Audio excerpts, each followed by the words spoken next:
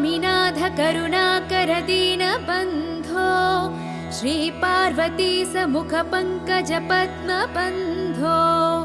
श्रीसादिदेव गणपूजित पादपद्मा वल्ली सनाद मम देहि करावलम्बम् देवादिदेवनुत देवगणादिनाथा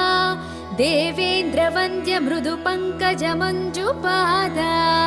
देवर्षि नारद मुनीन्द्र सुगीत कीर्ते वल्ली सनाथ मम देहि करावलम्बम् नित्यान्नदान निरताखिल रोगहारिन् तस्मात् प्रदान परिपूरित भक्त कामा श्रुत्यागम प्रणव वाच्य निज स्वरूपा वल्ली सनाद मम देहि करावलम्बम् क्रौञ्चासुरेन्द्र परिखण्डन शक्ति शूला पाशादिशस्त्र परिमण्डित दिव्यपाने श्रीकुण्डलीसधर तुण्ड सिखीन्द्रवाहा वल्ली सनाद मम देहि करावलम्बम् देवादिदेव रथमण्डल मध्य वेद्या देवेन्द्रपीठ नगरं दृढचापहस्तम् शूरं निहत्य सुरकोटिभिरीड्यमाना वल्ली सनाद मम देहि करावलम्बम् हारादिरत्नमणियुक्त किरीटहारा केयूरकुण्डललसत्कवचाभिरामम् हे वीरतारक जयामर बृन्दवन्द्या वल्ली सनाद मम देहि करावलम्बम् पञ्चाक्षरादि मनुमन्त्रित गाङ्गतोयैः पञ्चामृतैः प्रमुतेन्द्र मुखैर्मुनीन्द्रैः पट्टाभिषिक्त हरियुक्त परासनाथा वल्ली सनाथ मम देहि करावलम्बम् श्रीकार्तिकेय करुणामृत पूर्ण दृष्ट्या कामादिरोग कलुषीकृत दुष्ट चित्तम् सिक्त्वा तु मामव कलाधर कान्ति कान्त्या वल्ली सनाथ मम देहि करावलम्बम् सुब्रह्मण्याष्टकं पुण्यं ये पठन्ति द्विजोत्तमाः ते सर्वे मुक्तिमायन्ति सुब्रह्मण्य प्रसादतः सुब्रह्मण्यष्टकमिदं प्रातरुद्धाय यः पठेत् कोटिजन्म कृतं पापं तत्क्षणादेव नश्यति इति श्री सुब्रह्मण्याष्टकम्।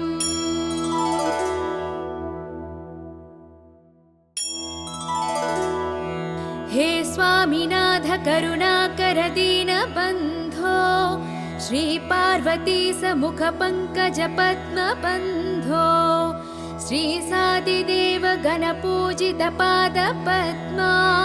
वल्ली सनाद मम देहि करावलम्बम् देवादिदेवनुत देवगणादिनाथा देवेन्द्र वन्द्य मृदु पंकज मंजुपादा देवर्षि नारद मुनीन्द्र सुगीत कीर्ते वल्ली सनाथ मम देहि करावलम्बम् नित्यान्नदान निरताखिल रोगहारिन् तस्मात् प्रदान परिपूरित भक्त कामा श्रुत्यागम प्रणव वाच्य निज स्वरूपा वल्ली सनाद मम देहि करावलम्बम् क्रौञ्चासुरेन्द्र परिखण्डन शक्ति शूला पाशादिशस्त्र परिमण्डित दिव्यपाने श्रीकुण्डलीसधर तुण्ड सिखीन्द्रवाहा वल्ली सनाद मम देहि करावलम्बम् देवादिदेव रथमण्डल मध्य वेद्या देवेन्द्रपीठ नगरं दृढचापहस्तम् शूरं निहत्य सुरकोटिभिरीड्यमाना वल्ली सनाद मम देहि करावलम्बम् हारादिरत्नमणियुक्त किरीटहारा केयूरकुण्डललसत्कवचाभिरामम् हे वीरतारक जयामर बृन्दवन्द्या वल्ली सनाथ मम देहि करावलम्बम् पञ्चाक्षरादिमनुमन्त्रितगाङ्गतोयैः पञ्चामृतैः प्रमुतेन्द्रमुखैर्मुनीन्द्रैः पट्टाभिषिक्त हरियुक्त परासनाथा वल्ली सनाथ मम देहि करावलम्बम् श्रीकार्तिकेय करुणामृतपूर्ण दृष्ट्या कामादिरोग कलुषीकृत दुष्टचित्तम् सिक्त्वा तु मामवकलाधर कान्तिकान्त्या वल्ली सनाथ मम देहि करावलम्बम् सुब्रह्मण्याष्टकं पुण्यं ये पठन्ति द्विजोत्तमाः ते सर्वे मुक्तिमायन्ति सुब्रह्मण्य प्रसादतः सुब्रह्मण्यष्टकमिदं प्रातरुद्धाय यः पठेत् कोटिजन्मकृतं पापं तत्क्षणादेव नश्यति इति श्री सुब्रह्मण्याष्टकम्।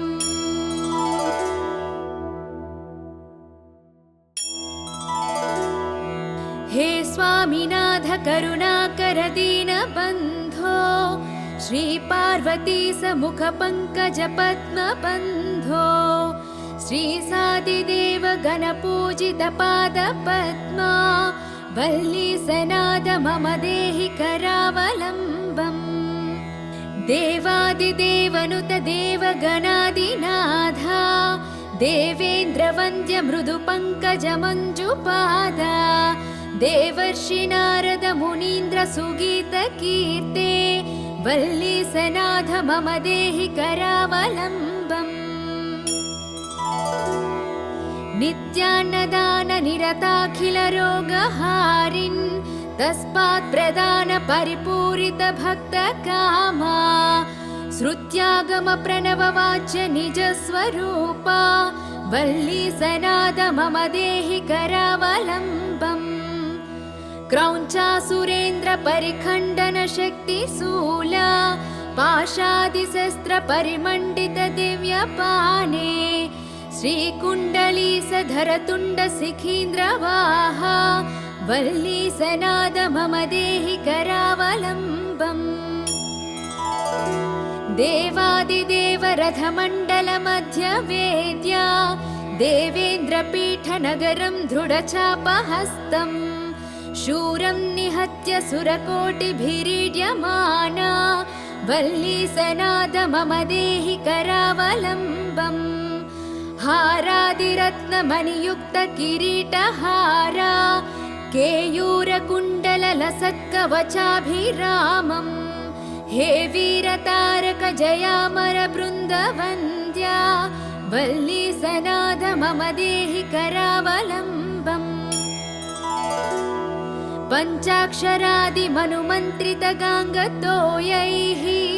पञ्चामृतैः प्रमुतेन्द्रमुखैर्मुनीन्द्रैः पट्टाभिषिक्त हरियुक्त परासनाथा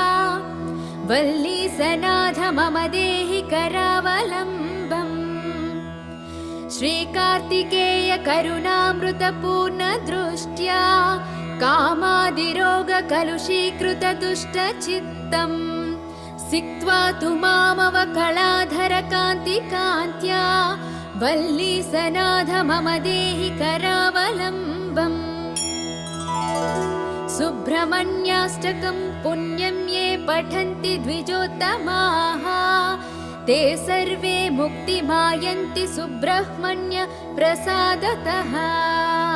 सुब्रह्मण्यष्टकमिदं प्रातरुद्धाय यः पठेत् कोटिजन्मकृतं पापं तत्क्षणादेव नश्यति इति श्री सुब्रह्मण्याष्टकम्।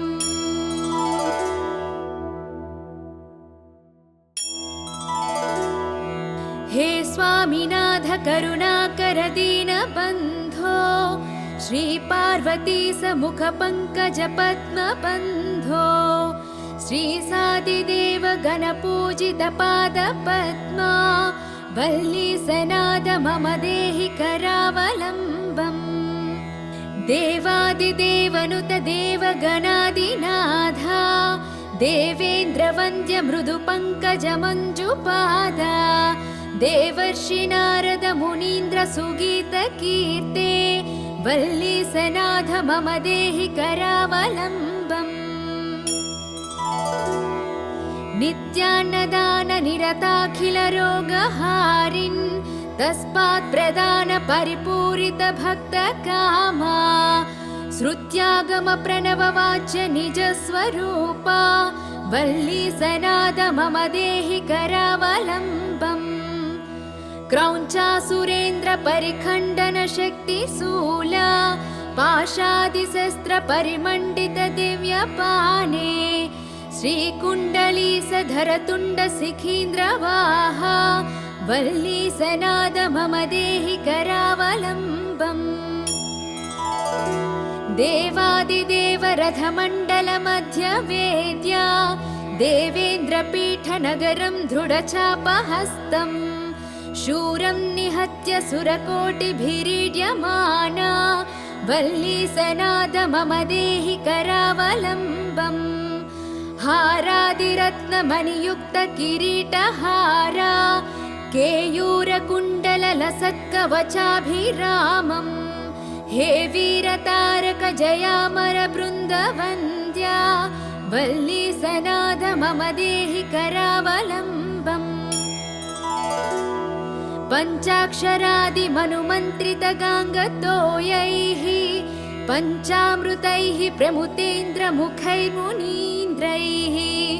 पट्टाभिषिक्त हरियुक्त परासनाथा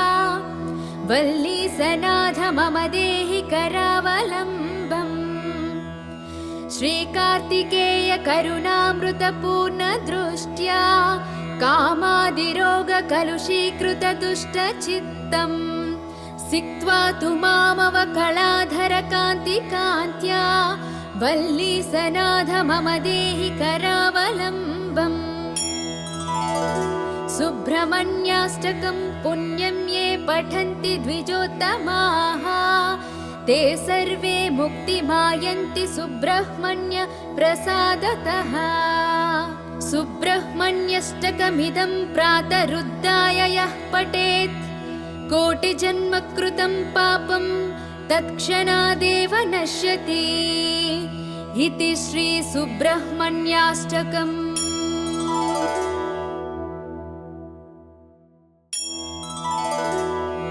हे स्वामिनाथ करुणाकर दीनबन्धो श्री पार्वती समुख पंकज पद्म बन्धो श्री सादिदेव गणपूजित पाद पद्मा वल्ली सनाद मम देहि करावलम्बम् देवादिदेवनुत देवगणादिनाथा देवेन्द्रवन्द्य मृदुपङ्कज मञ्जुपादा देवर्षि नारद मुनीन्द्र सुगीतकीर्ते वल्ली सनाथ मम देहि करावलम्बम् नित्यान्नदान निरताखिल रोगहारिन् तस्मात् प्रदान परिपूरित भक्त कामा श्रुत्यागम प्रणव वाच्य निज स्वरूपा वल्ली सनाद मम देहि करावलम्बम् क्रौञ्चासुरेन्द्र परिखण्डन शक्ति शूला पाशादिशस्त्र परिमण्डित दिव्यपाने श्रीकुण्डलीसधर तुण्ड शिखीन्द्रवाहा वल्ली सनाद मम देहि करावलम्बम् देवादिदेव रथमण्डल मध्य वेद्या देवेन्द्रपीठ नगरं दृढचापहस्तम् शूरं निहत्य सुरकोटिभिरीड्यमाना वल्ली सनाद मम देहि करावलम्बम् हारादिरत्नमणियुक्त किरीटहारा केयूरकुण्डललसत्कवचाभिरामम् हे वीरतारक जयामर बृन्दवन्द्या वल्ली वल्लीसनाथ मम देहि करावलम्बम् पञ्चाक्षरादिमनुमन्त्रितगाङ्गतोयैः पञ्चामृतैः प्रमुतेन्द्रमुखैर्मुनीन्द्रैः पट्टाभिषिक्तहरियुक्तपरासनाथा वल्लीसनाथ मम देहि करावलम्बम् श्रीकार्तिकेय करुणामृतपूर्णदृष्ट्या कामादिरोगकलुषीकृतदुष्टचित्तम् सिक्त्वा तु मामवकलाधरकान्तिकान्त्या वल्लीसनाथ मम देहि करावलम्बम् सुब्रह्मण्याष्टकं पुण्यं ये पठन्ति द्विजोत्तमाः ते सर्वे मुक्तिमायन्ति सुब्रह्मण्य प्रसादतः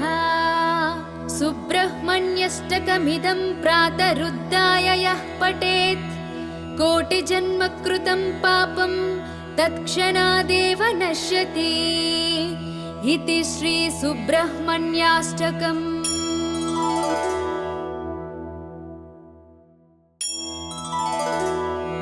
हे स्वामिनाथ करुणाकर दीनबन्धो श्रीपार्वती समुख पंकज पद्मबन्धो श्रीसादिदेव गणपूजित पादपद्मा वल्लीसनाथ मम देहि करावलम्बम् देवादिदेवनुत देवगणादिनाथा देवेन्द्रवन्द्य मृदु पंकज मञ्जुपादा देवर्षि नारद मुनीन्द्र सुगीत कीर्ते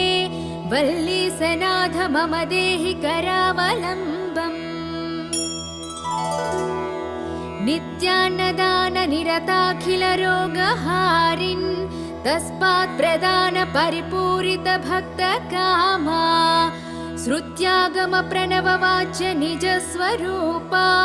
वल्लीसनाथ मम देहि करावलम्बम् क्रौञ्चासुरेन्द्र परिखण्डन शक्तिशूला पाशादिशस्त्र परिमण्डित दिव्यपाने श्रीकुण्डलीसधर तुण्ड शिखीन्द्रवाहा वल्लीसनाथ मम देहि करावलम्बम् देवादिदेव रथमण्डल मध्य वेद्या देवेन्द्रपीठ नगरं दृढचापहस्तम् शूरं निहत्य सुरकोटिभिरीड्यमाना वल्लीसनाथ मम देहि करावलम्बम् हारादिरत्नमणियुक्त किरीटहारा केयूरकुण्डललसत्कवचाभिरामम् हे वीरतारक जयामर बृन्दवन्द्या वल्लीसनाथ मम देहि करावलम्बम् पञ्चाक्षरादिमनुमन्त्रितगाङ्गतोयैः पञ्चामृतैः प्रमुतेन्द्रमुखैर्मुनीन्द्रैः पट्टाभिषिक्तहरियुक्तपरासनाथा वल्लीसनाथ मम देहि करावलम्बम् श्रीकार्तिकेय करुणामृतपूर्णदृष्ट्या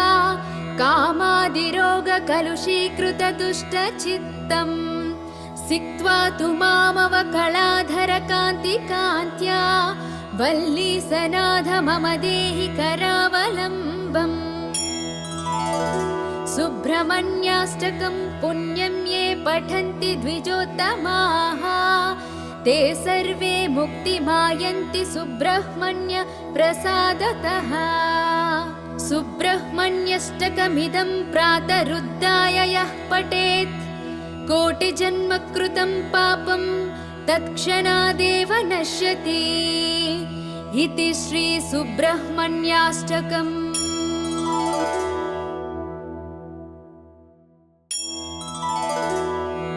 हे स्वामिनाथ करुणाकर दीनबन्धो श्रीपार्वती समुख पंकज पद्मबन्धो श्रीसादिदेव गणपूजित पादपद्मा वल्लीसनाथ मम देहि करावलम्बम् देवादिदेवनुत देवगणादिनाथा देवेन्द्रवन्द्य मृदुपङ्कजमञ्जुपादा देवर्षि नारद मुनीन्द्र सुगीतकीर्ते वल्लीसनाथ मम देहि करावलम्बम्। नित्यान्नदान निरताखिल रोगहारिन् तस्मात् प्रदान परिपूरित भक्त कामा श्रुत्यागम प्रणव वाच्य निज स्वरूपा वल्लीसनाद मम देहि करावलम्बम्। क्रौञ्चासुरेन्द्र परिखण्डन शक्ति शूला पाशादिशस्त्र परिमण्डित दिव्यपाने श्रीकुण्डलीसधर तुण्ड शिखीन्द्रवाहा वल्लीसनाद मम देहि करावलम्बम्।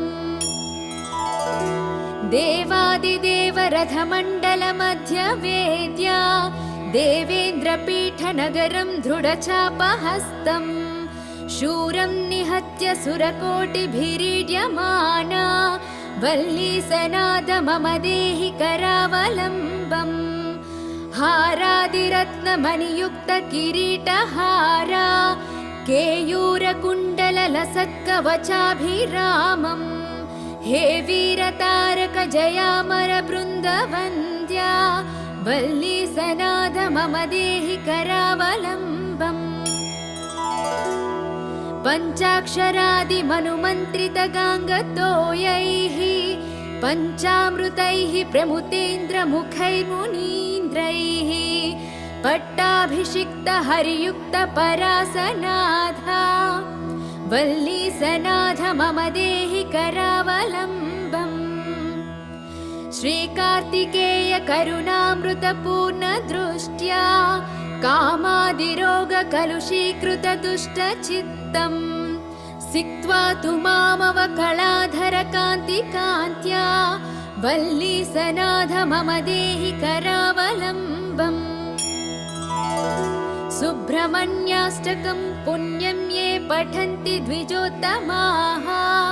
ते सर्वे मुक्तिमायन्ति सुब्रह्मण्य प्रसादतः। सुब्रह्मण्यष्टकमिदं प्रातरुद्धाय यः पठेत् कोटिजन्म कृतं पापं तत्क्षणादेव नश्यति इति श्री सुब्रह्मण्याष्टकम्।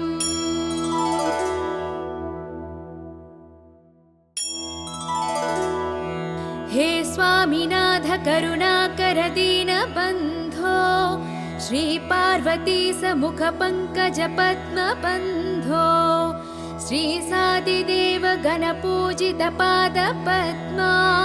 वल्लीसनाद मम देहि करावलम्बम्। देवादिदेवनुत देवगणादिनाथा देवेन्द्रवन्द्य मृदुपङ्कजमञ्जुपादा देवर्षि नारद मुनीन्द्र सुगीतकीर्ते वल्लीसनाथ मम देहि करावलम्बम्।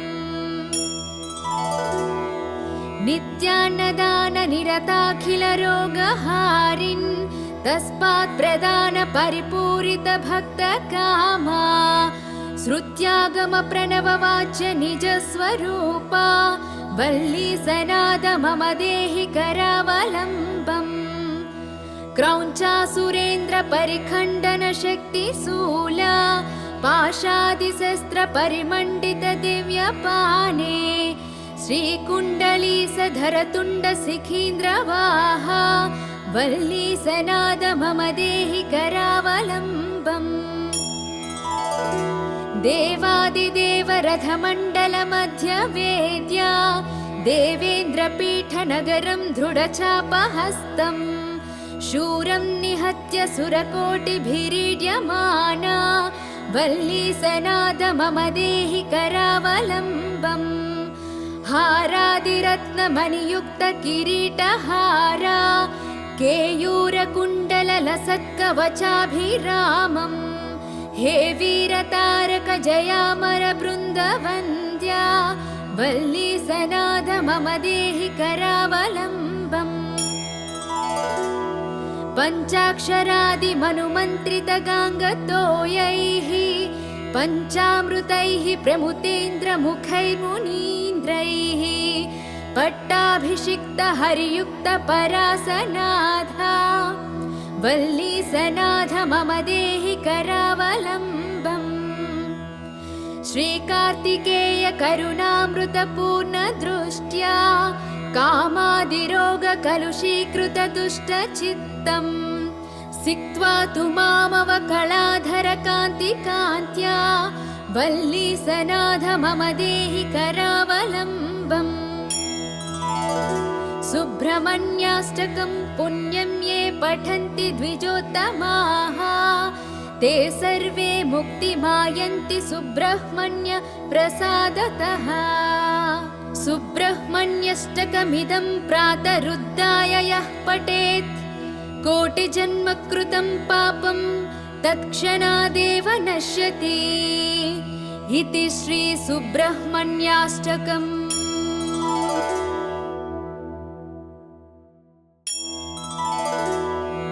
हे स्वामिनाथ करुणाकर दीनबन्धो